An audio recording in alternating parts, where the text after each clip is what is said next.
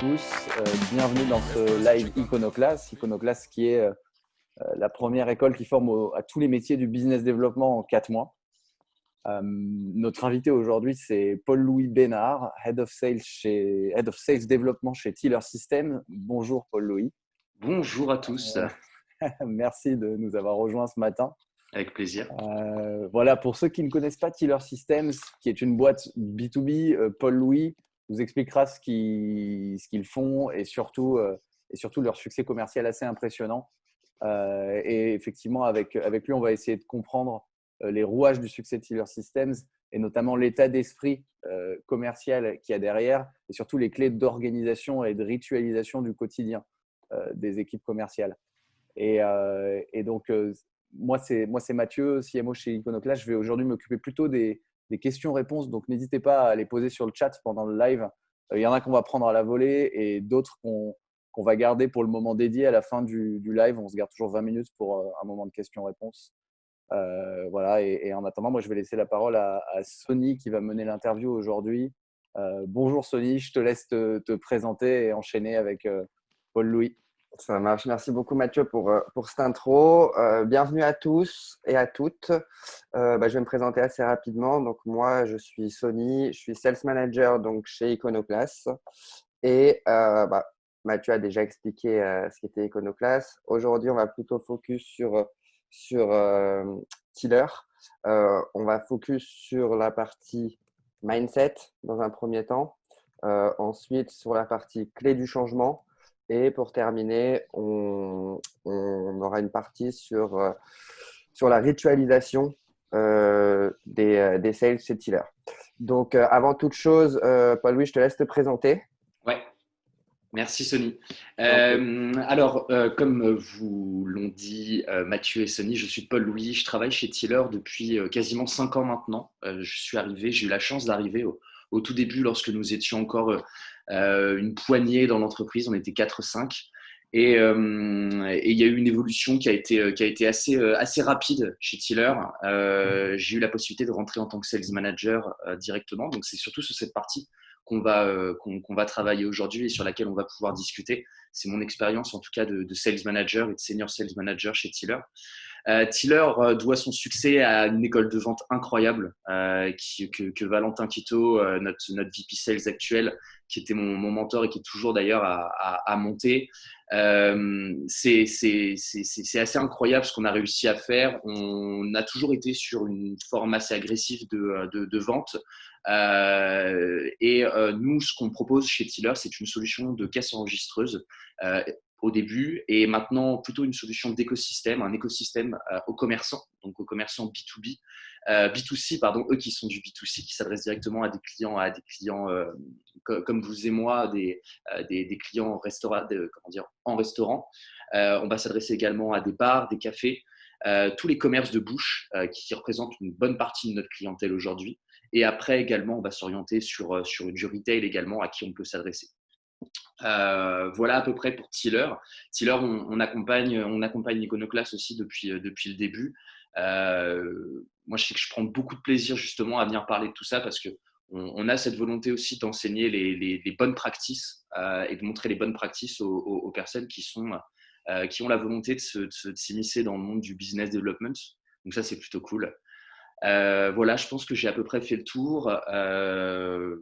Tiller, aujourd'hui, on était il y a 5 ans, 4 employés dans un tout petit bureau dans le 11e arrondissement. Et puis, on a eu un succès assez incroyable de par aussi les personnes qui sont arrivées chez Tiller et qui ont pu faire de cette boîte un vrai écosystème et une aventure assez dingue. Et aujourd'hui, on est à peu près 150 dans 3 pays différents. On a un bureau à Milan, un bureau à Barcelone.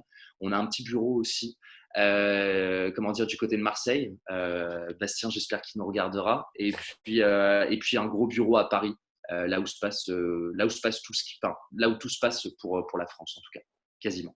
Ok, trop top. Merci beaucoup, Paul-Louis.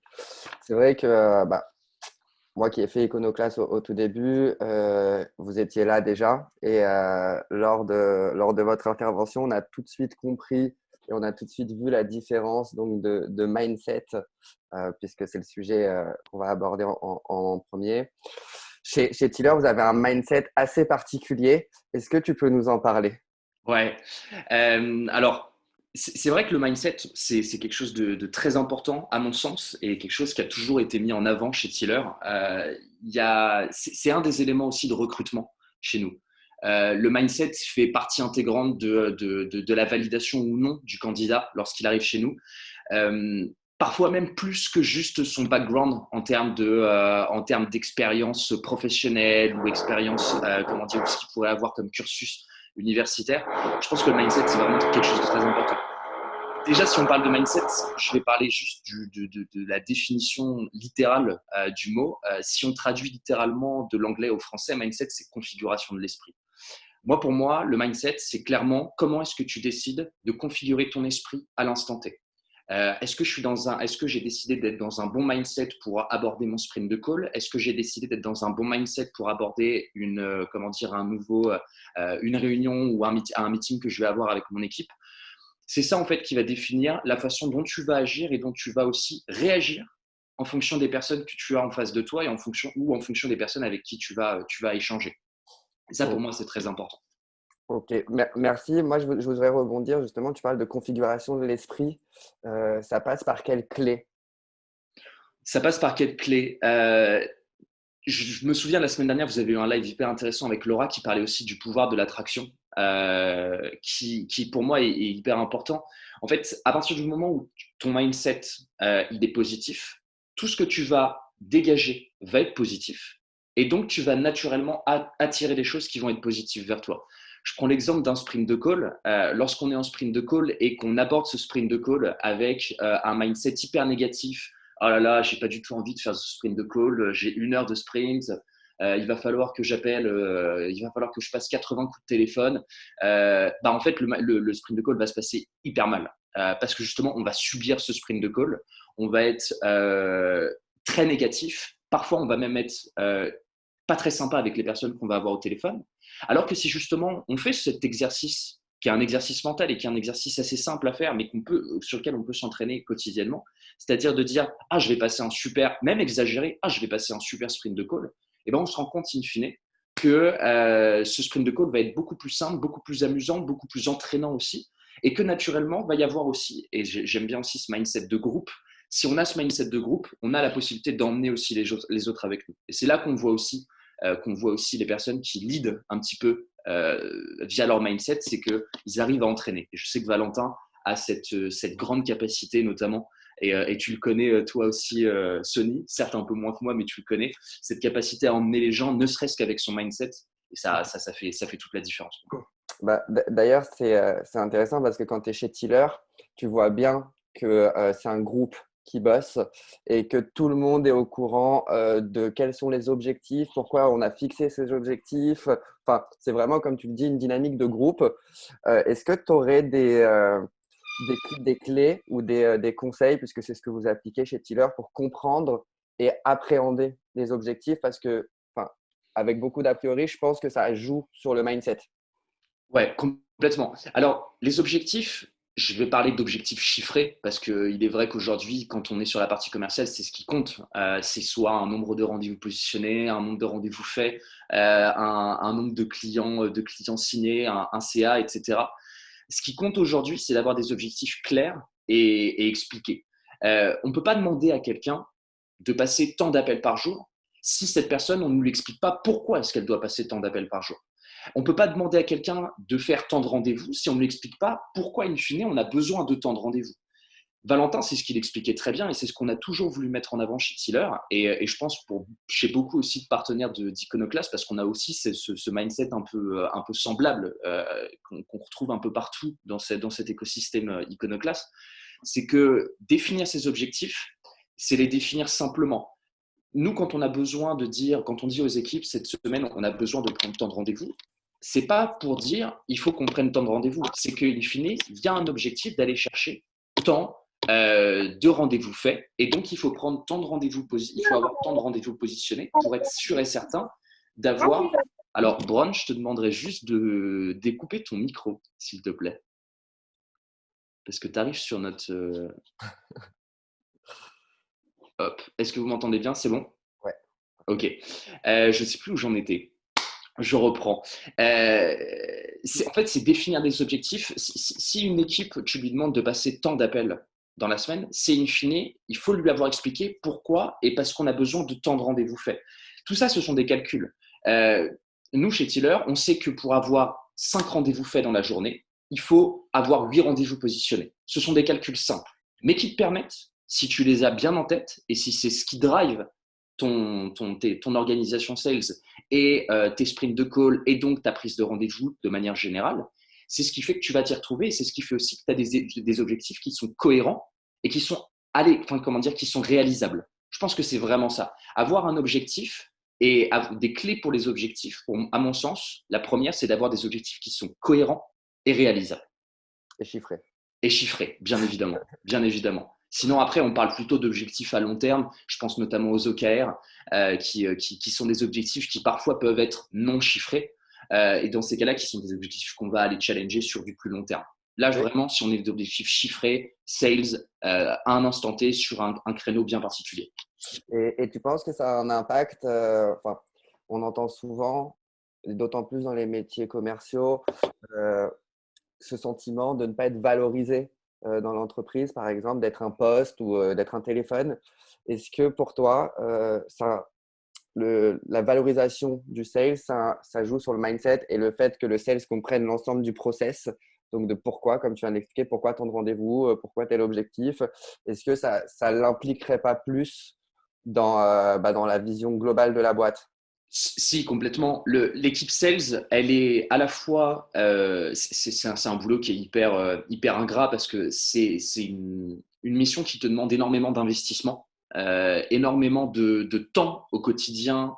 Si tu prends le premier rendez-vous que tu vas avoir dans la journée, parce que parfois on a des commerciaux qui sont en rendez-vous, nous chez Tiller en tout cas à partir de 8 heures, et puis il y a des restaurateurs ou des gérants de café qui finissent pas avant 20 heures le soir et tu es encore en rendez-vous. Donc, on te demande beaucoup d'investissement. Et c'est pour ça que l'équipe sales, elle est à la fois le moteur et en même temps, elle doit être au courant de tout ce qui se passe dans la société. Absolument tout. Et on doit être en mesure de pouvoir accorder à nos équipes sales la meilleure formation. Ce sont les équipes qui doivent être le plus formées et donc in fine, se sentir le plus valorisées. C'est ces équipes-là. Je prends l'exemple, et pour moi, c'est une forme de sales aussi, les SDR aujourd'hui et les LDR qu'on gère chez Tiller. Qui sont des personnes qui travaillent de manière hyper intense et de manière hyper dévouée dans leur mission. Ces personnes-là, à mon sens, c'est elles qui sont le premier engagement de la société et donc qui amorcent l'expérience client. Et ces personnes-là, on doit les valoriser. Quand je dis valoriser, c'est qu'on ne doit pas absolument leur lécher les bottes Oui. toute la journée, mais on doit être en mesure de pouvoir leur apporter le meilleur encadrement et la meilleure formation possible.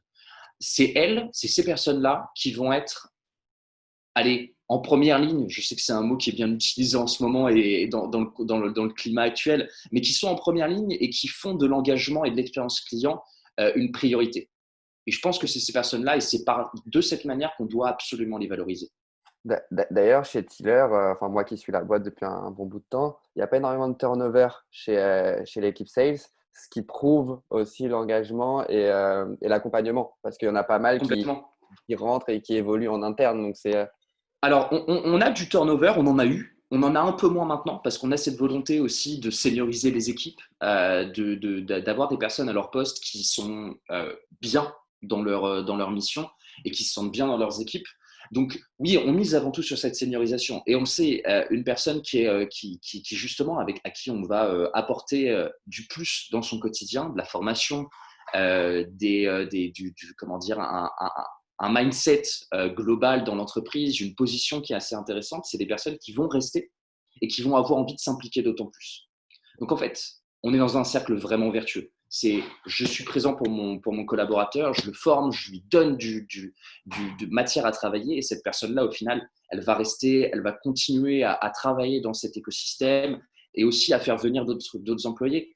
On le voit, nous, on a toujours été très adeptes de la cooptation chez Tiller. Parce qu'on a confiance en nos collaborateurs. On sait que s'ils cooptent des personnes, c'est forcément pour les bonnes raisons et c'est forcément des personnes dont ils savent qu'elles ont un intérêt à venir travailler et surtout, tu l'as dit, un mindset qui est un peu, on y revient, c'est vraiment c'est ce mindset qui est corrélé à celui qu'on a chez Tiller. Donc ouais, on a toujours été adepte de cette cooptation. Il faut mettre en avant cette cooptation justement, de dire bon bah j'ai quelqu'un à te recommander, fais-moi confiance, oui je te fais confiance, bam. Et vraiment impliquer toujours de cette manière. Et encore une fois, on y revient, on valorise. Ok, mais c'est hyper intéressant parce que on le voit, enfin moi on le voit également chez Iconoclast, mais enfin tu me confirmeras si c'est pareil chez Tiller. Un mindset, ça peut être un mindset d'un tel type le matin et un autre l'après-midi, puisqu'il faut adopter le bon mindset en fonction des objectifs fixés et des plages horaires fixées et dédiées à certaines tâches. Complètement. Donc, vous, comment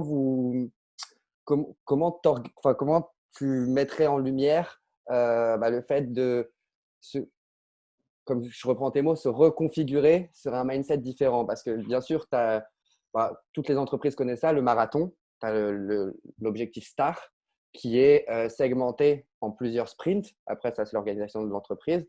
Et je le sais qu'en tant que sales, au début, j'avais du mal à me synchroniser selon les différents mindsets. Qu'est-ce que tu peux nous dire sur ça? Alors toi, tu parles de mindset, par exemple, un mindset sprint de call de matin et un mindset rendez-vous l'après-midi? Ouais, ça pourrait être ça, ou sinon, ouais, on va partir sur cet exemple-là, c'est bien. Alors, pour moi, le mindset, d'une manière générale, il reste le même. Tu as un mindset qui est soit positif, où tu vas avoir vraiment cette volonté d'aller chercher, d'aller tacler tes objectifs, d'aller chercher du résultat. Et tu as un mindset qui est plutôt pessimiste, où j'y arrive pas, je suis en slump, je vends pas, etc. Et donc, soit ton mindset est hyper positif et dans ces cas-là, tu peux l'appliquer à plein d'organisations différentes. Moi, je sais que quand j'arrive vraiment à me mettre dans un mindset très positif, j'ai ma réunion du matin qui va très bien se passer, durant laquelle je vais réussir à faire passer le bon message. Il y a comment dire, la prise de rendez-vous en fin de matinée avec les équipes, parce que j'adore aussi prendre mon téléphone et appeler avec les équipes, où ça va être justement hyper bonne vibes. On va même s'amuser en faisant ce taf-là, parce que faut le dire, c'est avant tout ça l'objectif. Moi, j'ai envie de kiffer au taf. Et puis après, tu as le mindset du rendez-vous, où en fait, tu vas être moins dans un truc de déconne, tu vas être moins dans un truc de je suis avec mon équipe, mais par contre, en rendez-vous, tu as ce mindset que ton client va ressentir nécessairement. Il va comprendre que tu es dans un mindset hyper positif, que tu as des bonnes choses à apporter, que tu es plein de bonnes vibrations, et nécessairement, ça fait la moitié du taf. Mm. Mais souvent, de toute façon, il y a ces deux mots qui reviennent dans les équipes sales, c'est subir ou agir. Donc là, je pense que sur la partie mindset, Ouais, complètement. je pense que sur la partie mindset, on a bien creusé. Moi, maintenant, j'aimerais focus sur les clés du changement. Aujourd'hui, comment on peut modifier ce mindset quand, voilà, comme tu l'as dit tout à l'heure, tu as la loi des séries. Quand tout va bien, la réunion de 9 heures se passe bien, tu enchaînes sur des calls, tu as le meilleur fichier du monde, tout se passe super bien. En revanche, quand c'est à l'inverse, c'est également la loi des séries. Tu rates ton rendez-vous, plus personne ne te répond et en gros, tout se passe mal. Donc, quelle clé du changement tu mettrais en lumière aujourd'hui? Alors, il y en a plein. Et puis, elles sont très personnelles au final. Moi, les miennes, j'ai toujours eu la conviction, et je sais on m'a souvent dit de beaucoup de personnes différentes, que ce soit chez Tiller ou ailleurs, si tu as des problèmes perso, tu laisses de côté. Quand tu viens au travail, tu laisses tes problèmes perso. Pour moi, justement, c'est pas ça la question. La vie professionnelle et la vie perso, elles sont intimement liées et elles doivent rester liées parce que c'est la même personne. Tu peux pas être différent chez toi, ou en tout cas, tu peux pas être tout le temps dans le négatif chez toi et arriver au travail et te dire ouais, par contre, au travail, je suis dans un mindset hyper positif. Tout va ensemble. Et je pense chez Iconoclast, on a vraiment aussi cette volonté de le montrer. Je parle de Laura qui est hypnothérapeute, qui m'accompagne et qui est également hypnothérapeute et qui accompagne les étudiants aussi chez Iconoclast. En fait, tout est question d'être bien dans sa tête, bien en soi, bien pour sa personne. Moi, je sais que la première clé du changement, quand elle a été de me dire, allez, justement, je vais changer de mindset ou je vais réussir à changer plus facilement de mindset, ça a été aussi de ne pas se focus uniquement sur l'aspect professionnel, mais aussi sur l'aspect professionnel. Il ne faut pas oublier qu'on est tous des humains et qu'on a tous des enjeux un peu différents. Donc, on peut avoir des problèmes personnels, ça n'en fait pas c'est pas obligatoirement un problème qu'on doit laisser à la porte avant de rentrer au travail. Ça peut être aussi une manière justement d'aborder sa journée différemment. J'ai besoin d'en parler, je sais que je vais me servir de ça pour justement axer ma journée. Se laisser aussi du temps. Moi, je sais que ça a été quelque chose de très important pour moi, la clé du changement, quand j'ai commencé à me comprendre que je n'avais pas besoin d'être dans un mindset hyper positif pour les autres, mais aussi pour moi. C'était hyper important pour moi. Se laisser s'accorder des choses. Je pense notamment, il y a un truc qu'on voit de plus en plus, alors c'est un sujet un peu tabou en startup parfois, un peu moins en startup, remarque, que dans certaines structures, c'est la sieste. Il y a plein de personnes qui vont faire la sieste le midi et qui se disent oh là là, mais j'ai peur par exemple des newcomers qui vont se dire oh là là, mais est-ce que je peux faire une sieste, j'ai peur qu'on me juge ou quoi. Mais non. Qu'on me voit, souvent. Ouais, qu'on me voit. Quel est le problème? Je veux dire, tu as 2 heures de pause le midi ou tu as 1h30. Tu as tes collègues qui vont manger dehors en terrasse, qui vont se mettre une petite vin blanc. Quel est le. Enfin, y a pas, c'est pas pire de faire une sieste. Au contraire, tu as pris un moment pour toi, tu as envie de prendre un moment pour toi, justement. C'est ce qui va te permettre d'être encore plus positif et d'être dans un mindset encore meilleur pour l'après-midi. Fais-le, autorise-toi à le faire. Ça, pour moi, c'est vraiment une clé du changement. C'est vraiment se respecter aussi sa personne, son individu, son état d'esprit à soi, en fait. J'ai envie de me faire une sieste le midi, je me fais une sieste le midi. J'ai envie d'aller me prendre 1 heure après ma pause déj, enfin pendant ma pause déj, pardon, pour aller faire du sport. J'y vais. Il n'y a pas de problème. En fait, il n'y a pas de problème. En fait, c'est complètement OK. Le premier conseil que tu donnerais, c'est accepter d'être un être humain et de ne pas tout le temps être en représentation professionnelle, en gros. Complètement. Je ne suis pas juste un poste. Je suis pas juste. On ne m'a pas recruté pour combler un. Enfin, à mon sens, moi, je ne recrute pas des gens pour combler un poste parce que justement, il nous faut quelqu'un à cette position-là. Je recrute avant tout quelqu'un parce que je sais qu'elle va apporter quelque chose dans l'entreprise. Et il faut faire confiance à ça. Moi, je fais confiance aux personnes qui m'ont recruté pour être quelqu'un qui va apporter quelque chose de plus à ce grand rouage, quoi. Voilà. Pas simplement abattre une tâche et… Voilà, exactement. On n'est pas juste un poste, on n'est pas juste une position. Toi et moi, on en a déjà parlé et on est assez alignés là-dessus. Et je pense que beaucoup de personnes sont alignées là-dessus. Mathieu, j'espère que tu nous suivras. Mais on n'est pas juste un poste, on est là avant tout pour apporter quelque chose de plus dans cette structure. Ok, et c'est intéressant ce que tu dis, c'est qu'il faut bien différencier l'aspect pro de l'aspect perso. Et les 3 clés, enfin, je vais arrêter peut-être de dire clés, ça fait beaucoup de répétitions, mais trois points qu'on peut mettre en avant. Moi, j'ai un peu bossé sur le live, donc j'en ai trouvé 3. Tu me dis si tu es d'accord. Ouais. Moi, le premier, je pense que c'est la discipline. Ça, c'est juste la base. Qu'est-ce que tu en penses? Alors, ouais, complètement. La discipline, sans aller jusqu'au côté un peu pervers de la discipline où on ne te demande pas non plus d'être absolument là à 9h, si c'est 9h et si à 9h05 tu te fais déglinguer. Mais pour moi, la discipline, c'est une discipline qu'on s'applique aussi à soi-même. C'est-à-dire de dire, j'ai une grosse journée aujourd'hui, je vais arriver plus tôt. Cette discipline aussi un petit peu mentale où je sais m'adapter à telle ou telle situation. Pour moi, effectivement, je te rejoins complètement là-dessus. La discipline, c'est quelque chose de très intéressant et de fondamental dans l'organisation du sales au quotidien. Et pas forcément du sales d'ailleurs. Ouais, d'autant plus, je pense, dans les métiers commerciaux parce que voilà, tu as des objectifs chiffrés et en gros, tu vas être évalué sur ton résultat. Donc, quand on est par exemple dans un sprint de 2 semaines sur un objectif star, oui, tu n'es pas en sprint à fond pendant 2 semaines, mais tu sais que sur cette période-là, bon, tu vas quand même absorber plus de quantité. Et quand je parle de discipline, moi, c'est vraiment dans ce sens-là. C'est un peu comme un sportif. Tu sais que ça va être dur, mais bon, si tu t'entraînes pas, tu vas pas le courir le marathon. Ouais, non, mais complètement. Je pense qu'il y a vraiment ce gap à laisser entre discipline et discipline. Il y a la discipline qui est celle à laquelle on pense grossièrement, qui est la discipline garde à vous, je respecte mon supérieur et autres. Et il y a la discipline. Être discipliné, pour moi, c'est savoir quand c'est le bon moment et quand c'est pas le bon moment. Savoir que demain, j'ai un rendez-vous à 9h et ce soir, je vais pas aller me mettre une tôle avec les collègues au bar. Ça, c'est se discipliner aussi. Exactement. Non, mais j'essaie vraiment de prendre des exemples hyper parlants pour tout le monde, mais en fait, la discipline, c'est pas juste ah oui, j'ai bien fait mes devoirs, j'ai bien fait mon rendez-vous, etc. Non, c'est se discipliner, se fixer des objectifs à long terme, à court terme, à moyen terme, et se dire voilà, là j'ai un objectif, j'ai ça à aller chercher dans 15 jours, j'en suis là. Ce soir, je peux m'autoriser à faire ça. Par contre, demain, il faut que je sois hyper bon. C'est ça, c'est se discipliner. Et bah, ça me permet de faire une bonne transition avec le deuxième point moi, que j'ai identifié, c'est l'endurance. Parce que se discipliner, c'est bien. On a tous pris des bonnes résolutions pour l'année d'après qu'on n'a pas tenues. Donc, du coup, c'est l'endurance dans ce sens-là.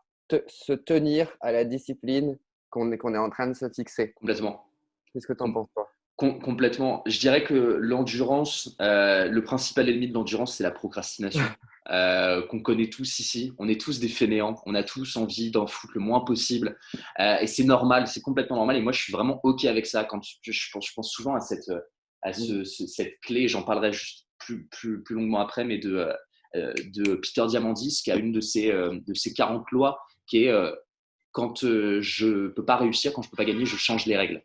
Et du coup, en fait, c'est vraiment ça. Moi, je suis un fainéant. Quand je ne peux pas gagner, quand je n'arrive pas à faire, j'essaie toujours de trouver une solution pour comment je peux faire pour dévier le truc et réussir quand même à parvenir à ce truc-là. Et je pense que c'est hyper important. Ouais, l'endurance, nécessairement. L'endurance en tant que sales, je pense que c'est l'endurance. Et aussi, c'est vrai que je la remarque un peu, c'est l'endurance qu'on a aussi du côté tech, du moins chez Tiller, où les mecs se font des sprints pendant 15 jours. Et c'est les mecs qui sont avec le Red Bull, ils en peuvent plus, ils sont comme des oufs.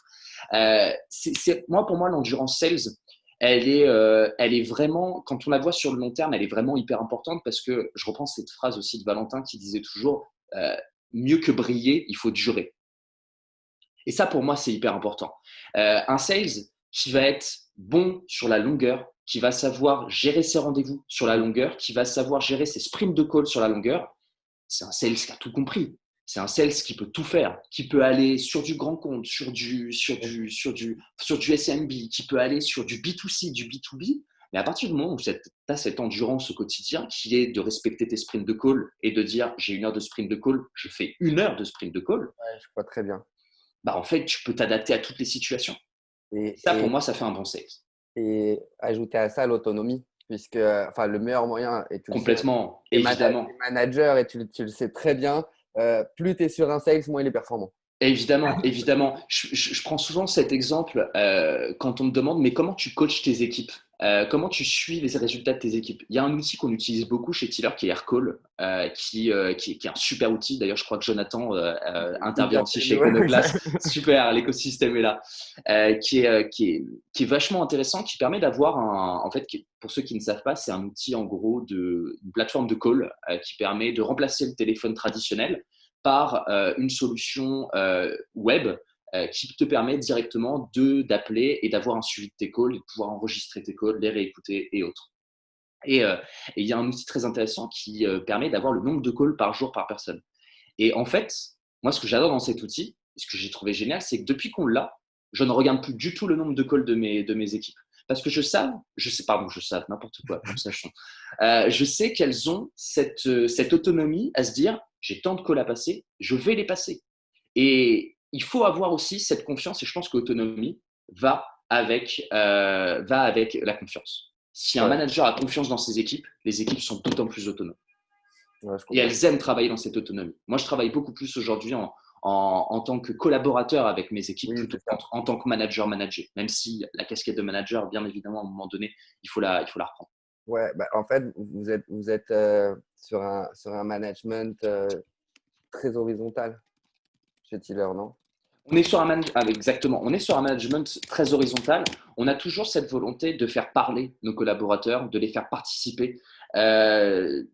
Des trucs tout bêtes, mais tu vois, par exemple, quand on est en meeting, moi, quand je suis en meeting avec mes équipes, où je sais que j'avais eu cette clé dans une formation management, c'était quand tu arrives dans une réunion avec ton équipe, tu es le manager, tu es celui qui va animer la réunion, toujours rester assis, ne pas se mettre debout avec ses équipes, justement pour montrer qu'en fait, et vraiment dans cette volonté de mettre tout le monde sur presque, j'aime pas cette expression, mais un pied d'égalité. La table ronde. Ouais, une table ronde. Voilà, exactement. On est sur une table ronde, tout le monde est au même niveau. Je m'assieds avec mes équipes et justement, on a tous des idées à apporter.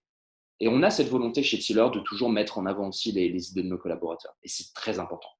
Ouais, bah, c'est pour ça que c'est une bonne école aussi, je pense. Et, Complètement. ça me permet de rebondir aussi sur le troisième point, donc des clés d'une évolution qui fonctionne. Ce serait après la discipline, l'endurance. Moi, je pense à la répétition, puisque enfin, c'est un peu le mindset d'Iconoclast, hein, apprends en marchant. Et Ouais, une fois que tu sauras bien marcher, on va apprendre à courir. ouais. Non, je suis tout à fait d'accord avec toi. Je pense que comme pour discipline, il faut remettre un petit peu, il faut recadrer le terme endurance, qui doit pas être un terme qui doit être vu comme en fait, le boulot de sales, c'est toujours faire du call call, toujours faire du call call et être endurant dans le call call. Non, au contraire.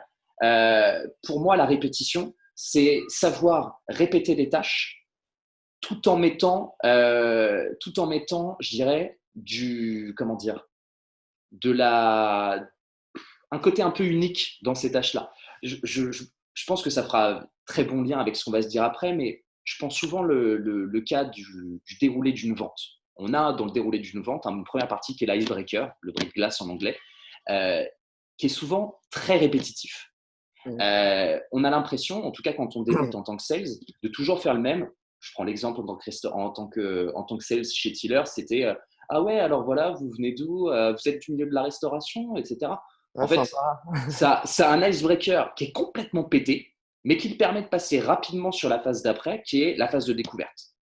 Et en fait, d'avoir justement de faire de la répétition, de répéter cet icebreaker, mais de manière complètement différente à chaque fois, c'est aussi ça l'aspect positif de la répétition, c'est de pouvoir changer la répétition. Mhm. Là, c'est hyper intéressant. Et c'est là que tu vas en fait bouger un peu ton quotidien, tu vas ritualiser ton quotidien à dire, je vais aller chercher telle information tous les jours pour C'est- justement aller bouger mon icebreaker tous les jours. On parle de la répétition d'un plan et pas d'une tâche. Enfin, et pas par exemple, pour prendre l'icebreaker, bon, bah, quoi qu'il arrive, quand tu vas au rendez-vous, il y a un icebreaker. Après, Exactement. maintenant, l'idée, c'est de toujours aller chercher la petite information qui va correspondre. Je sais pas, tu vas dans une brasserie parisienne, tu essaies d'avoir de l'info sur les brasseries parisiennes ou la zone géographique sur laquelle ils se trouvent pour. Exactement, exactement. Et donc, Ok. tu sais, quoi qu'il arrive, que ton cycle, ton organisation, ta vente, elle va se dérouler de la même manière à chaque fois. Il y a un icebreaker, il y a une découverte, il y a une présentation, il y a une négo. Mais par contre, tu peux faire de cet icebreaker ou de cette découverte un truc différent à chaque fois. Et donc, aussi, faire évoluer ton quotidien. Et un sales qui fait évoluer son quotidien, qui a l'impression de faire quelque chose de différent tous les jours, c'est aussi un sales qui s'ennuie moins dans son taf. Ah, Et c'est aussi un sales qui reste plus longtemps. Et en fait, encore une fois, je pense, les amis, il faut vraiment que vous ayez ça en tête. C'est comment trouver des clés pour faire de son quotidien un truc à la fois différent et en même temps un truc hyper entraînant, tu vois. ouais. C'est vraiment ça. Chercher des clés pour vous. J'ai pas toutes les clés, j'en ai certaines et je suis content d'en avoir et je suis content de les partager avec vous. Mais cherchez des clés aussi par vous-même. Lisez, faites des trucs. Ouais, on en vient à la partie 3. C'est Non, magnifique. mais ça me permet de faire un bon lien, en fait, parce que, bon, pour, moi, j'ai été formé, du coup, par quelqu'un de chez Tiller, tu le sais, et ça m'a. Il y a quelque chose que j'oublierai pas, c'est, bah, ça vient de chez vous, donc tu vas savoir de quoi je parle, c'est l'extra miles. Donc, du coup, c'est sortir de sa zone de confort, mais c'est surtout faire, si tout le monde fait 100, toi, tu fais 110 et tu acceptes que même en faisant un petit peu plus, bah, le changement prend du temps. Qu'est-ce que tu en penses Complètement. de cet extra miles? Complètement. Moi, tu parles d'un truc qui me fait vraiment peur, c'est la zone de confort. Je sais que la zone de confort, elle est facile, elle est assez excitante aussi. On aime bien cette zone de confort parce que on a l'impression que les contrats tombent tout seuls, on a l'impression que tout va bien, qu'on peut se lever, que c'est nickel. Il y a des contrats qui sont arrivés dans la nuit, il y a des mecs qui t'ont envoyé les papiers et autres. Mhm. Mais en fait, cette zone de confort, c'est là le truc hyper pervers, c'est qu'elle dure pas longtemps.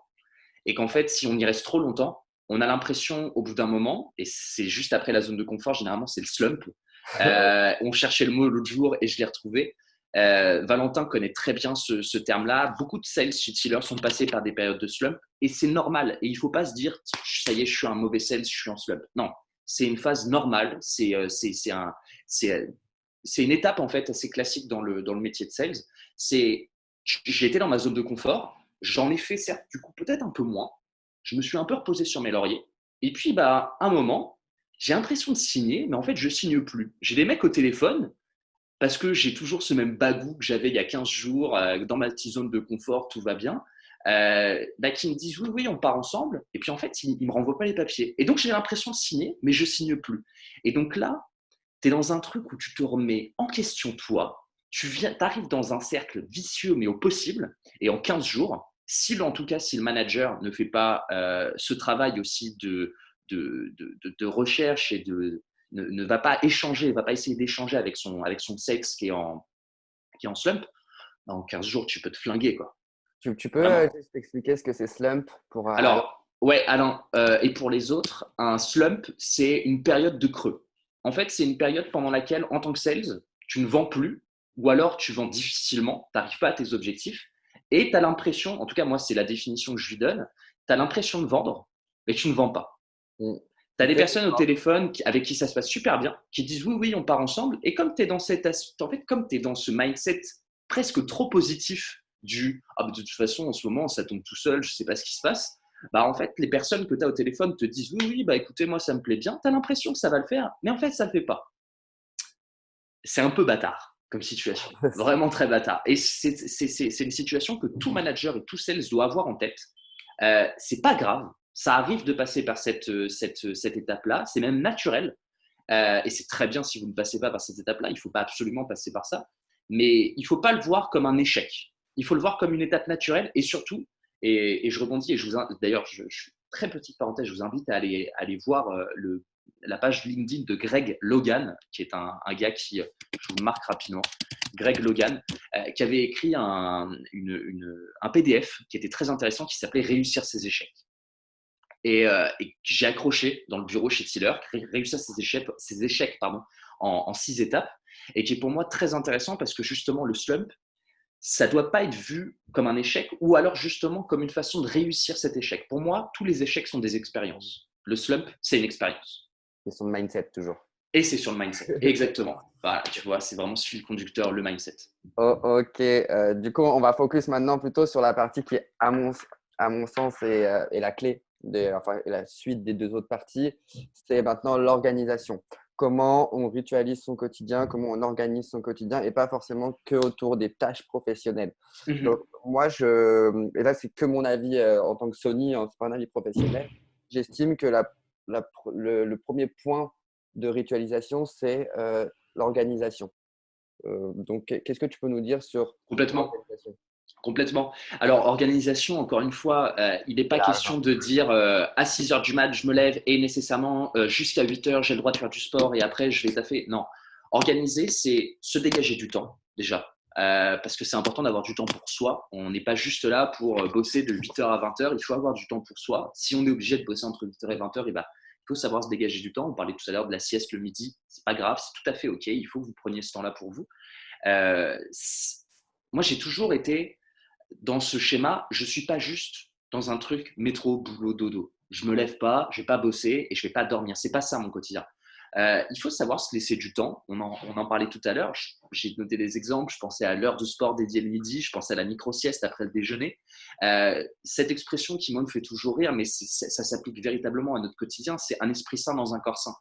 Si vous avez du temps pour vous, si vous vous laissez du temps, des choses qui vous font du bien, écouter des podcasts, lire, avoir une activité vraiment passion à côté, c'est ce qui va vous faire vous sentir bien et c'est ce qui va vous faire vous organiser encore mieux. Je me laisse du temps à ce moment-là, donc je sais que si je me laisse du temps pour moi entre 8h et 9h, je sais qu'entre 9h et midi, nécessairement, je vais avoir ce petit truc, ouais, là, je suis focus staff à fond.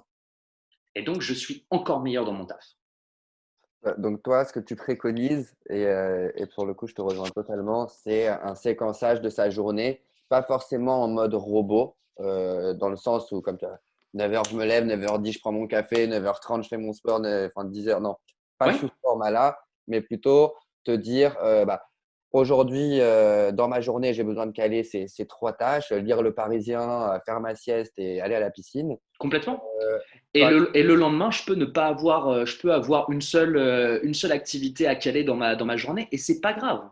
En fait, c'est vraiment respecter. Vous avez envie de faire un truc, faites-le.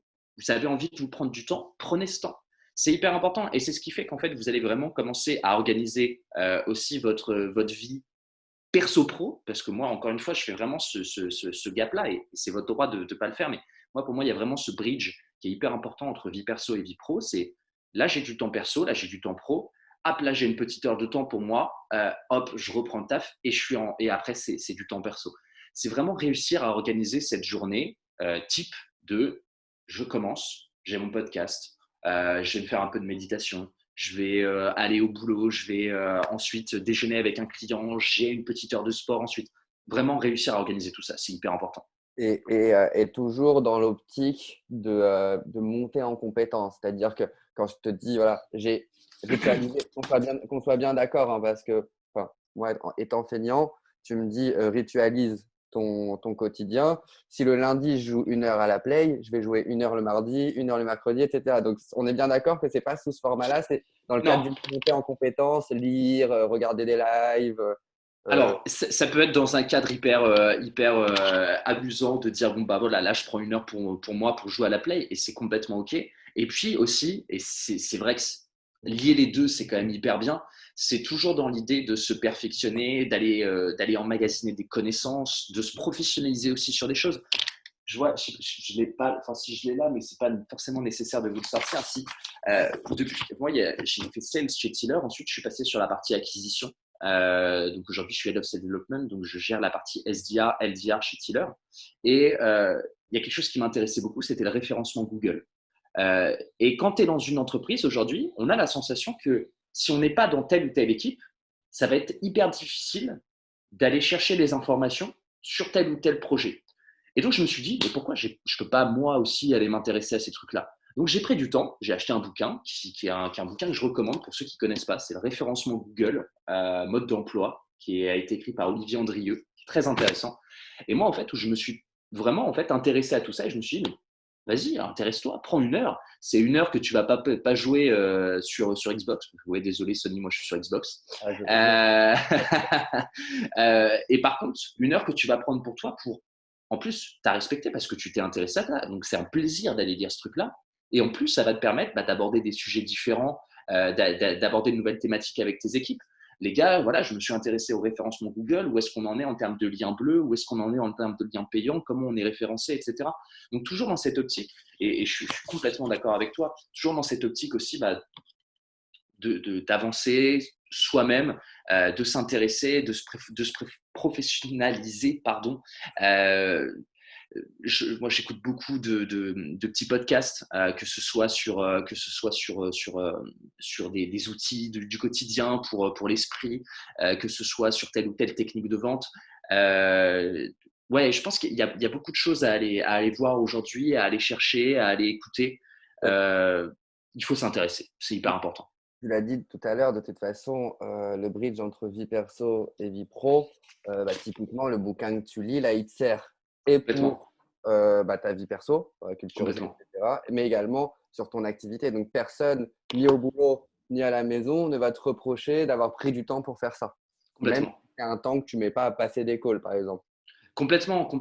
En fait, encore une fois, tout est question, et j'en viens juste avant, on en revient à l'organisation dont on parlait. En fait, si à partir du moment où tu t'es accordé ce temps-là pour toi et que ça n'empiète pas sur le sprint de call que tu dois faire en équipe, en fait, tout est OK. Tu vas te professionnaliser, tu vas t'intéresser, c'est quelque chose d'ultra positif pour l'après. C'est quelque chose dont c'est en tout cas des connaissances dont tu vas te servir forcément à un moment donné. Mmh. Mais moi, j'aimerais revenir sur ce que tu disais tout à l'heure, sur toujours c'est mon sujet du moment, donc forcément, je focus dessus, mais sur tout ce qui est montée en compétences et se différencier par l'expertise. On en parlait tout à l'heure avec l'icebreaker, par exemple. Ouais. Effectivement, si tu maîtrises le sujet et tu maîtrises le marché de la personne, ça fonctionnera mieux. Et Complètement. il y a toujours dans les équipes sales, moi, c'est quelque chose que j'ai identifié à chaque fois, c'est que quand on ne comprend pas, on ne demande pas spécialement plus que ça, puisque c'est pas, comme tu le dis, par exemple, toi, tu étais en sales et tu es passé en sales, tu passé sur de l'acquisition. Et du coup, tu as fait cet effort d'oser comprendre qu'est-ce qui se passe, comment ça fonctionne. Alors, ouais, en fait, c'est trop bien que tu parles de ça. Moi, je trouve que ça fait vraiment le lien avec l'organisation et les compétences. Comment lier en fait ces deux choses-là? La ritualisation, c'est aussi de changer un peu son quotidien, de changer ses tâches, de ne pas être toujours dans la répétition pure et dure, mais justement dans la répétition qui va amener du changement. Je sais qu'il y a un temps que je me laisse tous les matins. Quand je travaille en ce moment, on est un peu moins au bureau, donc c'est un peu plus compliqué. Mais je sais que moi, il y a quelque chose que j'adore faire, c'est arriver plus tôt au travail parce que je sais que je vais être tout seul. Les équipes arrivent entre 9h, 9h15 à peu près. Moi, j'arrive toujours entre 8h et 8h15 parce que je sais que je vais avoir ce moment tout seul où je vais pouvoir écouter la radio, je vais pouvoir aller écouter tel ou tel podcast. Et donc, c'est des informations que je vais avoir pour la journée. C'était déjà le cas quand j'étais sales. C'est toujours le cas quand je fais du call avec mes équipes et que j'ai quelqu'un au téléphone et que je vais engager avec un prospect. Il y a toujours cette possibilité d'aller chercher tel ou tel sujet et donc de créer une connexion qui va nécessairement donner lieu à laisser place à une expérience client qui va être complètement différente de celle que cette personne-là va avoir dans une autre structure. Je prends un exemple d'une entreprise qui va sous-traiter la partie prospection à une autre structure. En fait, on va se rendre compte que les appels sont hyper répétitifs, sont réglés comme du papier à musique. Les mecs au téléphone, ils suivent une trame et ça laisse pas place à la discussion. Il n'y a pas d'humain. Il n'y a pas d'humain. Et en fait, il ne faut pas oublier une chose, c'est qu'on est humain. Et l'humain, quand on est en train de prospecter, quand on a quelqu'un au téléphone, en grande partie, la personne au téléphone, elle vous achète vous. Ah oui, c'est vous qu'elle achète. On en revient à ce qu'on disait au début. On n'est pas juste un poste. Elle n'achète pas juste un produit, cette personne-là. Elle achète un humain. Et c'est, quand on est un bon commercial, quand on a compris ça, c'est ce qui fait une grande partie de la vente, clairement. Ok. Donc ouais, moi c'est vraiment mon truc. Il y a vraiment ce petit moment qui est quasi quotidien, en tout cas quand je suis au bureau chez Tiller. C'est en fait gardez en tête, accordez-vous du temps. Moi j'ai ce temps, j'ai 7 heures tous les matins et je sais que quand je ne l'ai pas, bah, je vais commencer un peu plus dans le dur la journée. Je sais que je vais peut-être être un petit peu plus irritable. J'ai écouté France Inter, je suis content. Voilà, allez. Ouais, c'est ton rituel. Je résume. Ouais, c'est mon rituel. C'est mon petit rituel de la journée. Ouais, ok, bah, merci beaucoup, Paul-Louis. On va conclure cette partie là, puisque l'air de Merci rien, à toi, Sony. il va nous rester 10 voire 15 minutes si on déborde un peu pour la phase de questions-réponses. Donc, Ouais. Matt, je te laisse reprendre la main. Ouais, merci à tous les deux. Il n'y a pas eu énormément de questions sur le chat, donc c'est le moment. N'hésitez pas si vous en avez pour Je crois en attendant les autres questions, il y avait une question sur l'outil. Oui, sur Aircall. Ouais. Swix. Ouais, alors les outils qu'on pourrait mettre en avant, il y a un outil qui est Aircall, qui pour moi est le best dans son secteur. Jonathan, si tu nous entends ou si tu as l'occasion de voir cette vidéo un jour, keep going les gars, vous faites un travail de ouf. Et après, il y a d'autres solutions, notamment une à laquelle je pense, qui est vraiment assez ouf, qui vient en complément d'Aircall en fait, qui est une solution qui s'appelle, que je ne dise pas de bêtises, anciennement c'était Ringo et je sais qu'ils ont changé de nom récemment, qui est une solution de sales enablement. Alors attends, bougez pas, je vais juste chercher dans mes mails. Hop. C'est vrai que j'en ai déjà entendu parler, mais je me suis jamais penché dessus, honnêtement. Alors. Moi, j'ai encore, je suis à l'ancienne, j'ai un téléphone. Ah c'est ça, ils ont changé, maintenant c'est Mojo. Ah oui, Mojo. Okay. Voilà, c'est ça. Et en fait, c'est une solution de sales enablement qui vient en complément d'Aircall, qui est assez ouf, qui permet en fait très simplement d'aller chercher toute la structure et toute la colonne vertébrale de ton call. C'est-à-dire que Aircall te permet de dire à tes équipes, voilà, j'ai passé tant d'appels. Mojo va te permettre de dire, sur cet appel, ton client a parlé 40% du temps et toi, tu as parlé 70% du temps. On sait que sur cet appel, il y a un temps de réponse moyen après une question client qui est de 1,5 secondes. Tu es dans un sales enablement de dingue. Tu peux pousser le truc. C'est du analyse conversationnelle, quoi. Tu fais de la data sur tu fais de la data et de l'analyse hyper poussée sur du call. Et pour moi, c'est le futur. Vraiment. Il y a une solution aux États-Unis qui a cartonné, qui s'appelait Gong, Ouais, qui a cartonné à fond, qui faisait exactement la même chose. Mais par contre, Mojo, c'est une startup, une petite pousse française. Les gars sont des oufs. Allez-y, regardez ce qu'ils font. C'est vraiment dingue. Et et c'est une belle affaire à suivre.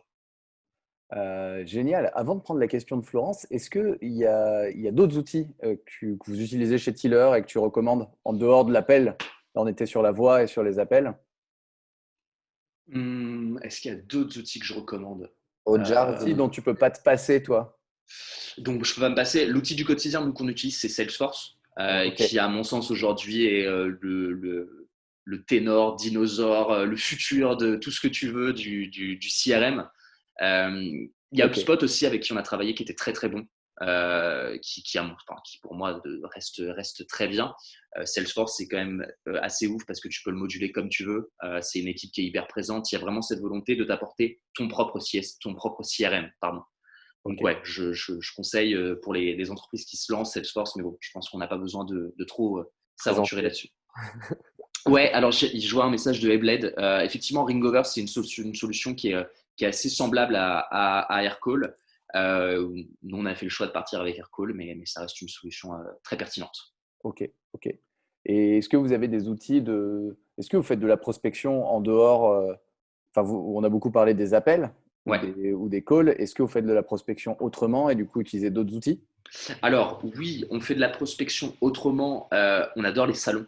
Parce Ok. que la restauration, c'est aussi un métier et un secteur d'activité qui est facilement palpable, si tu veux. Je peux Mhm. rencontrer du restaurateur. J'ai envie d'aller dans la rue, j'ai envie d'aller faire de la prospection, je peux le faire. Je travaille avec l'industrie pétrolière. C'est plus compliqué Ouais. d'aller faire du porte-à-porte, tu vois. Donc nécessairement, nous, on adore les salons. On aime beaucoup aussi. On avait fait pendant un moment, c'était des campagnes marketing sur les réseaux sociaux. Ok. Tu vas lancer par exemple telle ou telle campagne sur tel ou tel. Enfin, on communique beaucoup sur les réseaux sociaux et c'est ce qui fait vivre aussi notre communauté et c'est ce qui nous apporte aussi du lead, nécessairement. Ok. Ok. Alors, il y a Florence qui demandait, est-ce que réellement tes équipes de sales arrivent à prendre ces temps perso dont tu parles? Ah, non, non, évidemment, elles ont du mal. Non, elles n'y arrivent pas. Ou en tout cas, elles essayent, mais elles ont du mal. C'est compliqué, en fait, de prendre du temps pour soi. Il faut vraiment, encore une fois, et on en revient à ce qu'on disait tout à l'heure, et c'est le maître mot, je pense, de ce live-là, c'est le mindset. Tout est question de mindset. Il faut vouloir prendre ce temps pour soi. Tu peux avoir toute la meilleure volonté du monde, tu peux être la personne comment dire, leader avec le meilleur leadership dans ton équipe. À partir du moment où tu t'es pas dit ce temps, je le prends pour moi, malheureusement, tu le feras pas. Moi, il y a quelque chose que je trouve hyper perturbant aujourd'hui. J'arrive de plus en plus à le faire, mais quand je vois le temps qu'on perd sur ces conneries de réseaux sociaux, à scroller comme des Impressionnant. animaux sur Instagram. En fait, j'ai mis, ça y est, une nouvelle fonctionnalité, je la conseille d'ailleurs à tout le monde, ils ont une fonctionnalité sur Instagram maintenant qui est de dire, je me fixe un temps Temps d'écran, limite, temps d'écran. Les 45 minutes, parfois, j'y arrive, il est 10 heures du mat. Je me dis, mais c'est pas possible, qu'est-ce qui s'est passé, quoi. Donc non, en fait, imposez-vous des disciplines, disciplinez-vous, on en revient à ce qu'on disait tout à l'heure avec Sony, disciplinez-vous, et je vous assure que vous allez réussir à vous dégager du temps. Mais ne serait-ce que 5 minutes. Euh, 5 minutes par jour. Moi, je sais que Laura, avec qui je partage ma vie, m'a énormément aidé là-dessus. Ne serait-ce que 5 minutes par jour, c'est un combat. C'est vraiment un combat. ouais. Et je reprends cette petite. C'était une maxime que j'avais entendue, je ne sais plus où, qui était assez intéressante, assez marrante, qui disait en gros, si vous n'avez pas de temps de vous prendre 20 minutes dans la journée pour vous, prenez 1 heure. Faites cet effort-là. Prenez du temps pour vous, c'est hyper important. C'est ce qui fait que vous vous sentirez bien. Ok. Il y a une question qui est revenue sur les outils concernant Lucha ou Casper. C'est des outils d'identification sur LinkedIn. Euh, Ouais. vous prospectez pas tellement sur LinkedIn, je suppose, des restaurateurs. Non, Ouais. pour le coup, chez Tiller, on prospecte pas vraiment. Je prospectais pas mal sur LinkedIn quand j'étais chez JCDecaux avant, qui est le leader mondial de l'affichage publicitaire. Mais nous, en tout cas, sur LinkedIn, on prospectait pas énormément chez Tiller parce que effectivement, les restaurateurs sont pas nécessairement sur LinkedIn. C'est pas leur réseau social. On prospecte pas mal sur Facebook. parce que le référencement aussi Facebook leur apporte de la clientèle nécessairement. On prospecte sur Instagram un petit peu, mais non, LinkedIn c'est pas notre gros outil. Ok. Question de Pauline Marie sur la straight line. As-tu 10 points plus perso à nous conseiller pour closer? Alors, sur l'aspect vente, en fait, si j'ai bien compris, Pauline Marie. C'est une méthode, la straight line. Si tu veux, je peux répondre. Ah bah vas-y, parce que je ne connais pas la straight line. La méthode straight line, c'est la méthode de Jordan Belfort, qui consiste à mettre en fait 3 lignes où le 0 absolu, enfin le 0 c'est on ne croit pas, le 10 c'est une vérité absolue. Et en gros, tu vas avoir d'abord l'entreprise, ensuite le produit et pour terminer le vendeur. Donc tout se base sur 3 lignes. Ok, Et, d'accord. et l'idée, c'est vraiment lors de ta phase de découverte et de traitement des objections, de faire un entonnoir pour pousser au plus vers le 10. Parce que si tu as 3-10, forcément, tu es le meilleur vendeur, tu es la meilleure entreprise et tu as le meilleur produit. Ouais, bien sûr. Pour répondre à ta question, Pauline Marie, il n'y a pas 10 points en fait. C'est plus une idée globale à appréhender. Ça va beaucoup dépendre de ta structure, beaucoup dépendre de ton produit, de ton approche, de tes canaux, etc. Donc là, je n'ai pas de réponse à te donner. En revanche, les 3 grandes lignes qui sont confiance en l'entreprise pour laquelle tu travailles, confiance en le produit, et ensuite, on en a déjà parlé avec Paul-Louis, c'est l'humain. Avant de t'acheter ton produit ou ton entreprise, on achète un humain, la relation. Donc, tu vas pouvoir travailler autour de ces grands axes-là, mais en soi, non, je n'ai pas de conseils précis pour que tu puisses les appliquer. En fait, je n'ai pas de vérité absolue à te donner. J'espère avoir répondu. Ok, top. Génial. Ah, autre question. Recommanderais-tu à une entreprise commerciale sur un marché B2B orienté sur le domaine de la restauration ou l'hôtellerie d'être présente sur Instagram? Complètement. Mais je conseillerais même à toute entreprise d'être présente sur Instagram. C'est le réseau social numéro 1. Tu peux tout faire avec Instagram. Tu peux communiquer, tu peux faire des lives. Enfin, clairement, moi, une page Instagram, ça me fait bander. Une belle page Instagram, ça me fait bander. Enfin, vraiment, on est sur un truc qui est facilement Instagrammable, notamment lorsqu'on parle de restauration ou d'hôtellerie. Enfin, tu vas chez un client, tu prends une photo d'un plat chez un client, tu mets une petite photo avec lui. C'est un truc qui va amener du like et donc qui va amener du référencement et donc qui va amener de la visite. Ouais, évidemment. Évidemment, je recommande à toute entreprise commerciale, allez, pour reprendre la question, sur un marché B2B orienté dans le domaine de la restauration, de l'hôtellerie, d'être présente sur Instagram. Évidemment. Go, les gars. Cool. Merci beaucoup. Il est 10h30. Avant de conclure, Paul-Louis, pour tous ceux qui auraient des questions encore ou qui voudraient te joindre, c'est quoi le meilleur moyen de te suivre, de Alors, te joindre? le meilleur moyen, c'est LinkedIn. J'essaie de répondre le plus facilement possible sur LinkedIn et puis après par mail, donc sur LinkedIn et puis ensuite je communiquerai mon mail par LinkedIn directement. Et puis juste, Cool. si je peux prendre une toute petite Ouais. minute, Mathieu, je voudrais conseiller, ce que je l'ai fait chez Iconoclast aux 2 promos, et je le conseille. Ouais. Alors, moi, c'est un livre qui m'a énormément aidé, à comprendre le quotidien, justement, ritualiser son quotidien. Ça s'appelle Les outils des géants. Il est chez Iconoclast, je crois. En tout cas, il a été conseillé. C'est un livre qui a été écrit par Timothy Ferris, qui est un journaliste américain, qui est allé interviewer beaucoup de personnes très influentes dans plein de domaines différents. On retrouve Ed Catmull, qui avait co-créé Pixar avec Steve Jobs. On retrouve Arnold Schwarzenegger, on retrouve notamment Peter Diamandis. Je vous invite à aller lire la partie sur Peter Diamandis qui est très intéressante, où il parle justement de ses rituels matinaux, il parle de ses lois à lui. Quand on me donne le choix, je prends les deux. Les projets multiples mènent aux réussites multiples. Si je ne peux pas gagner, je change les règles. Je pense qu'il y a énormément de clés. Je le recommande encore. Les outils des géants, Timothy Ferris. Lisez, allez voir. Il y a énormément de personnes autour de nous, plus ou moins proches, qui ont réussi, des bonnes pratiques à partager. Et c'est des choses qui peuvent vous servir tous les jours. Et c'est ce qui fait aussi que vous adoptez un mindset quotidien qui vous fait aller de l'avant. Ok, je vais enchaîner aussi pour Pauline Marie, si tu voulais plus d'infos sur la méthode Straightline, il y a ce livre-là qui est vachement bien. Vendre les secrets de ma méthode de Jordan Belfort. Il se lit vraiment tout seul, honnêtement. Enfin, c'est facile à lire et c'est que du très concret. Donc, toi qui te posais des questions, moi, je te le conseille réellement. Donc, on repart avec des lectures et des devoirs un peu en quelque sorte. Mais trop cool, on va remettre les livres et les références dans les notes de l'épisode. Merci beaucoup à tous les deux pour les partages.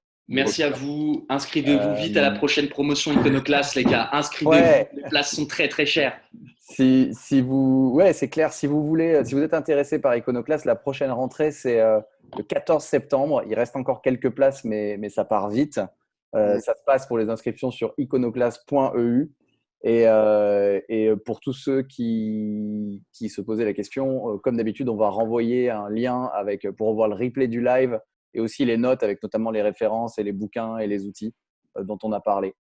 Voilà, merci à toutes et à tous pour votre écoute et merci beaucoup Paul-Louis, merci beaucoup Sony pour Merci à Merci toi. à vous, les gars. Merci à avec vous. tous ces tips. Bonne journée à tous.